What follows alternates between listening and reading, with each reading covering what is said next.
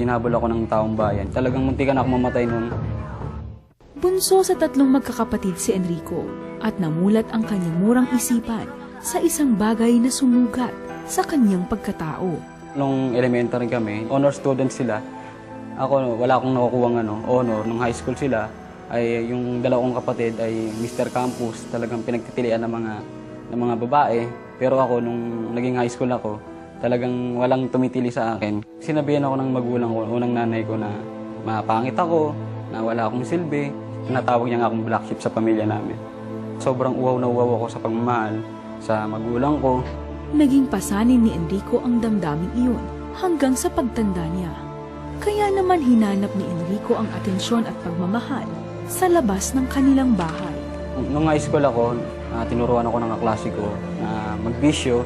Pag umuwi na ako sa bahay, nandun yung nanay ko, pinagsasabihan niya ako ng sakit na pananalita. Puro na lang ako barkada, puro na lang pag-iinom. Nag-try akong manligaw sa mga babae. Busted ako sa lahat ng mga niligawan ko. Ang ginawa ko noon, meron akong nakitang isang gay na talagang tumibok yung puso ko.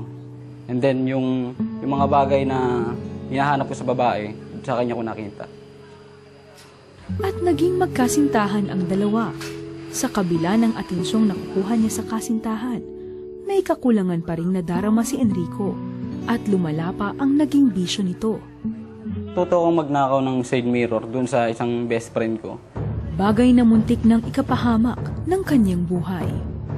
Nahuli kami dahil tumulog nga yung kotse. Hinabol kami ng mga lalaki, ng bugbog sarado ko. Talagang muntikan ako mamatay noon. Isang youth camp ang nakapagbago ng buhay ni Enrico. Yung talagang motibo ko noon, mga babae. And then yun, maging kaibigan ko, mayroong maligawan. Isa pa nga sinasabi ng pastor, sabi ko, parang ako yung mga natatamaan niya. Hindi naman niya ako kilala. At yun, pagkatapos nun talagang nararamdaman ko yung pag-ibig ng Panginoon. Tunay ngang may magandang plano ang Diyos sa buhay ni Enrico. Malaking pagbabago sa buhay niya. Yun ang naging daan upang para makilala ako sa Panginoon.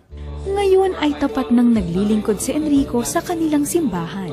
Yung puso ko sa mga kabataan, gusto ko rin talagang sila rin magkaroon ng pagbabago ng buhay. Hinahanap ko yung pagmamahal sa magulang ko, pero hindi ko natagpuan.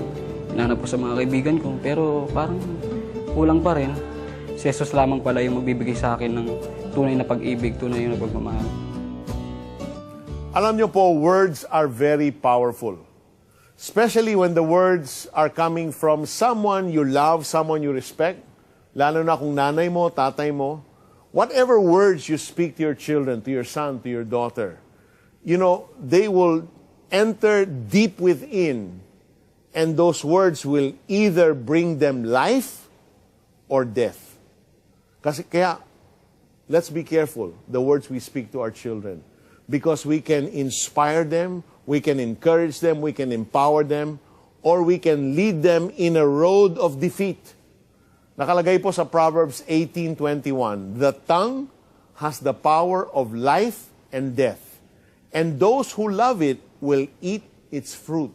Ibig sabihin, whatever you speak to your son, kung sasabihin mo sa kanya parati, alam mo anak, useless ka, you won't amount to anything, chances are, you can be sure that's what's going to happen to him. So let's give words of life to our children. Let's encourage them. Let's bring them words that will empower them. Words that will say to their lives, alam mo, I believe in you. I know you can do it. Ang galing-galing mo. Powerful words that will bring powerful results.